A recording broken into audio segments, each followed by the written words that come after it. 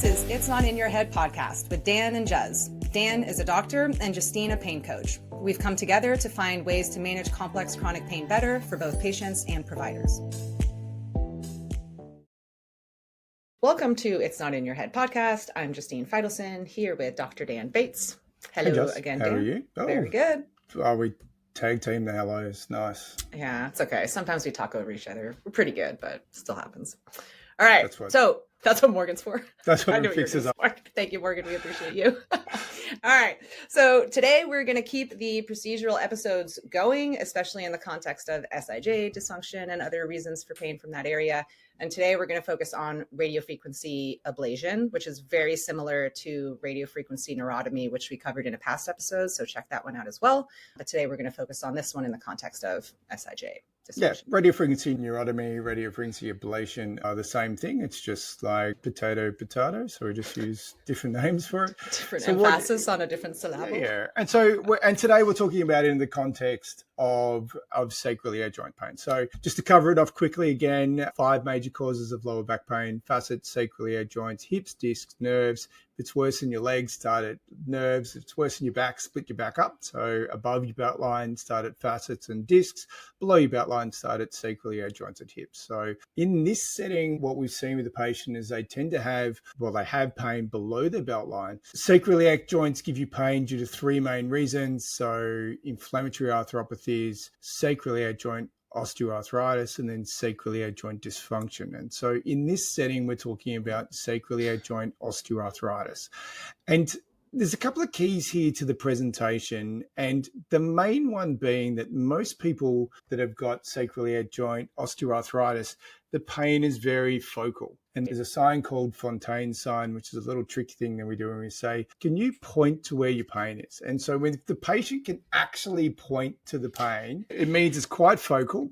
And right. all of a sudden, I'm starting to trick down the track of pack down. Okay, this is probably going to be osteoarthritis rather than sacroiliac joint dysfunction. So in that setting, as I think we've discussed before, we go on and do a diagnostic block. So we think this is sacroiliac joint osteoarthritis. If that's my hypothesis, I'll be doing an injection with some local anesthetic and some cortisone. And we're basically in the first option, we're seeing 2 things. Or first treatment option, we see the local anesthetic effects. So the pain will go away and then come back on the day, which is what it's meant to do. And then the cortisone will become active. Now, cortisone will come active either between immediately, or it comes in at, anywhere up to about 2 weeks later. What happens for a lot of people, though, is that they'll get a local anesthetic effect. They get a cortisone effect that lasts for 4 to 6 days, and then the pain then tracks back up. Right. And so in that setting, you've then failed the first treatment option in that setting after, we assume everyone's done their rehab by the time we've got to here and still not progressed. And then we go on to do radiofrequency neurotomy. So radiofrequency is where we effectively heat the nerves up that supply the joint. Now, interestingly, there's a little bit of, there's a bit of disagreement on how many nerves actually supply the joint. So the original research was that you received branches from L4, L5, S1, S2, and S3. And so when I was learning to do this procedure, that is effectively how we did this procedure. So we would ablated all of them? Yeah, we go L4 to S3 is the way you go about doing it. Now, I think it was pre-COVID. Okay, who remembers? I was looking to say that's BC. Before COVID. BC. What? So anyway, I think before COVID, there was some new data that came out that said that L4 makes a minimal effect on the sacroiliac joint. And so I went, okay. So I dropped that out of my radiofrequency, and it just didn't work as well. And so all of a sudden, so it wasn't no difference. It was, I do see a difference. It just, all of a sudden I've got more people coming back, and I'm like, yeah, okay. So then I basically put it back in. Now, why is that? I think it's either a combination of 2 things. Number one, the L4 actually does have more of a role in supplying the sacroiliac joint than, that more recent study said. Or what you're doing is you've got a combined source of pain. So the L4-5 medial branches also supply the L5-1 facet joint which is right next to your sacroiliac joint. Yeah. So there's a It's good combination. chance that what you've got is you've got a dual pathology. And so even though people have dominantly got sacroiliac joint pain, they've also got a bit of facet joint pain. You have a contributing other driver. Yeah. And so by doing L4 to S3, you're actually, covering off on two sources of pain. So you get a better outcome. I think that's probably the most likely effect. Makes sense. So we do L4 to S3. So risks of the procedure are the same as all other risks. So infection, bleeding, bruising, and a flare of pain afterwards. So the flare of pain is some nervy pain. So you get some burning pain. I mean, you are burning nerves, so. Well, yeah, but there's a subset of patients that get some burning pain afterwards. And so that pain we see in 20% of patients. It lasts for 2 weeks in most people. 1 to 100 will go out to 6 weeks. 1 to 1,000 will get out to 6 months. How we aim to sort of manage that is we do some paravertebral injections, an epidural at the same time.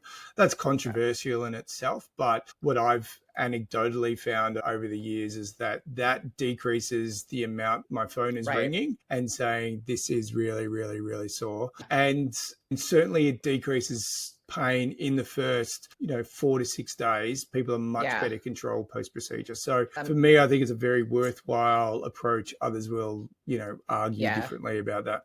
No, I like that net positive. It's logical. So I don't think, for the 1 in 1,000 hit 6 months, I don't think we'll ever see that anymore. I think we've got some new techniques to manage that. So if you are a patient that's had some radiofrequency neurotomy and the pain's lasting beyond that 6-week period, definitely put your hand up and we can get on top of that a bit easier these days. For most people, it will last, we quote, about 9 to 18 months. And so that was sort of our original data that we collected. I think that if you look at the literature, though, the literature really follows people out to the 6 to 12 month period. And so they will say, look, 50 to 60% of patients will get a 50% decrease in pain for at least 3 to 6 months. Whether I don't get the sense that that's not what I see with my patients, but that's where the research stops collecting data, because you've got to go, okay, enough further out, get the data in and let's publish this. So that's where. So from my perspective, I think that if you're only seeing 3 months of pain relief, if the pain relief was very significant, you've probably got underlying sacroiliac joint dysfunction, and I will pivot and then manage it differently. So the other thing that you might find that if you have a poor response to the radiofrequency is that you've had a false positive block. And so we've done the block, your pain's gone away, and then you do the radiofrequency and it doesn't get any better. So in that setting, you've got to work out whether that is a failure of diagnosis or that's a failure of treatment. How you go through the process of doing that is you repeat the diagnostic block. If the diagnostic block is positive, well, then it's a failure of treatment and you need to then change the technique by which you're doing the radiofrequency. If the doc block is negative, well, then it was a false positive block and you've got to go then find what the real cause of the pain is. Now you confirm that and you still got to find the actual reason. So that's radiofrequency neurotomy. How many times can you do it? Well, you can do it until it stops working. For us, I think we see patients that we do maybe every 2-3 years. And I'm happy to be doing it in that sort of cycle. If we're doing a therapy and you get 2 to 3 years out of it, and you come back, it's back again, or just, don't try and reinvent the wheel. Fix what ain't broke. Just redo it. But if you're getting 3 months pain relief out of it, you need to pivot and look for something else. So that's how I sort of look at that stuff. Do people vary with how fast nerve regrowth happens, or is it pretty typical and there's just other factors that influence that? That's a good question. I think the answer is going to be yes, people will vary with how fast they regenerate nerves, but I can't give you the stats on that. Right. What you can do is that sacroiliac joint, when you're doing the radio frequency, is slightly different to the way you do other radio frequencies. The first two nerves that you're doing are called medial branches. So they're on L4. Well, it's L4 and L5, which is actually on L5 and S1. Thank you.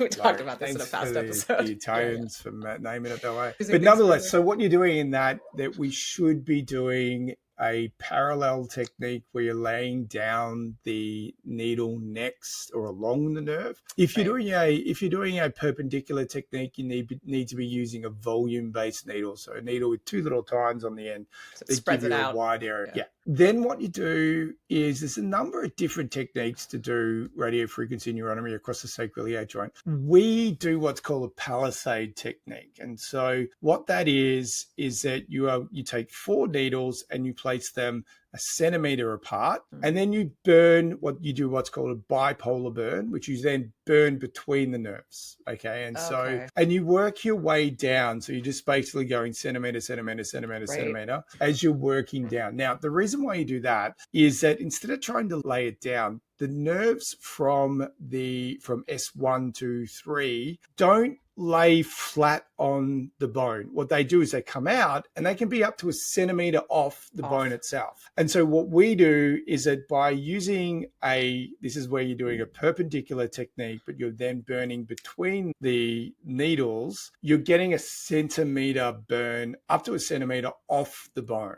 Right. Okay. And so you're catching those branches that aren't down on the bone. And down. So that's where you're doing a perpendicular technique, but you're doing it bipolar, and you do it what's known as a palisade technique. So there's other ways to do it. There's different devices. There's a device called Simplicity that you can do it that does effectively the same thing. It's a bit more, but we don't carry that device. So there's also different ways of doing it. So one of the other things is that gets done is cooled RF. So interestingly, cooled RF is not cool. It's still like 90 degrees. Yeah, it's still hot. Yeah. But what they're doing is they're cooling the tip, and by extracting, they're cooling the tip of the needle. So by doing that, it actually creates a wider area of burn. And so cooled RF is another way that you can go about doing radiofrequency neurotomy. It's not something we use, but it is something that you certainly can do. Yeah, so if you have CRPS, don't go do cool radiofrequency neurotomy because you're still getting your nerves burned. It's just a more effective way to apply it. So that's the caveat with this treatment. For some people is don't burn nerves if you don't have to. For other people, it's not the same type of risk or consideration. So that can vary a little bit. Yeah. But. And I think once again, we get different country variations. In the US, I think that the consumable is rebated at a higher rate for cooled RF. In Australia, the consumable is not rebated at a higher rate for the hospitals. And so it's probably it's substantially more expensive for the hospital to do the same procedure. So if you can get a similar effect with a more cost-effective device, we use the more cost-effective device. So that's the reason why you don't see so much cooled RF in Australia, although it's still an effective technique. Solid. Yeah, so there you go. Right. That's sacroiliac joint RF. Yeah. Thank you, Dan. Oh, that's it. But that was like a boring end to the I was saying it's a climactic end. That was anticlimactic anyway. No worries. Well, this is good. In the past few episodes, we've covered off on the different approaches within SIJ dysfunction. So again, if you haven't listened to that episode with all the other pieces besides the procedural ones, go back and listen to that. And otherwise, we're going to just keep working through different procedures, top to bottom. Top to bottom. Into hips. We're going to get into hips next, Dan. What are you thinking? I was thinking about maybe doing discs. Discs are I've got my favorite procedure in discs. Ooh, so I could favor that. All right. Well, we're going to keep the people guessing, and we'll be back next time with either hips or discs. How's that for a finish? Okay. We'll see you next time on It's Not In Your Head podcast. Take care. Bye. Thanks for listening. Clearly, this is a podcast. It's for informational purposes. It's not a consult, medical advice, or the practice of medicine, and it doesn't form a therapeutic relationship. If you feel the information might be useful for your situation, before applying it to yourself or others, you should speak with your doctor or your treating clinician. Do not delay in seeking a diagnosis or treatment, and applying the information is at the listener's own risk.